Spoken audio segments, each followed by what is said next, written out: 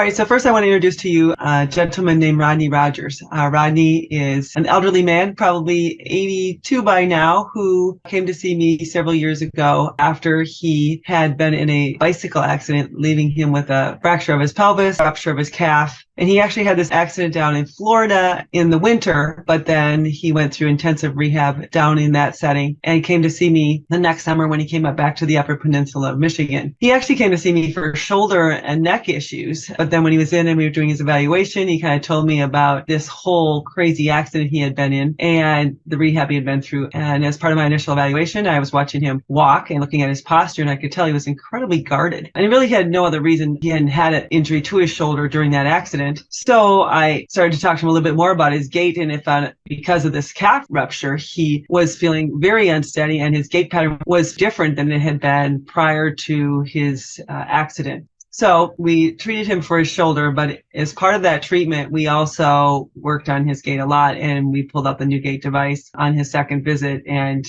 there's just this looming smile that burst over his face as he said, like, this is what makes me feel like how I used to walk. So unfortunately, he went back to Florida pretty quickly within a month of starting therapy. And so we reached out to his insurance company because it was a no-fault auto claim, and they decided that this would be a really great thing for them to invest in. So they purchased one for Rodney to use, and we set it up for him. We just had it sent to him in Florida, and we set it up through a video conferencing setting and taught him how to use it. So he had already had it on once or twice in the clinic, and so it wasn't completely foreign to him, but he was able to don it on his own, and then COVID hit.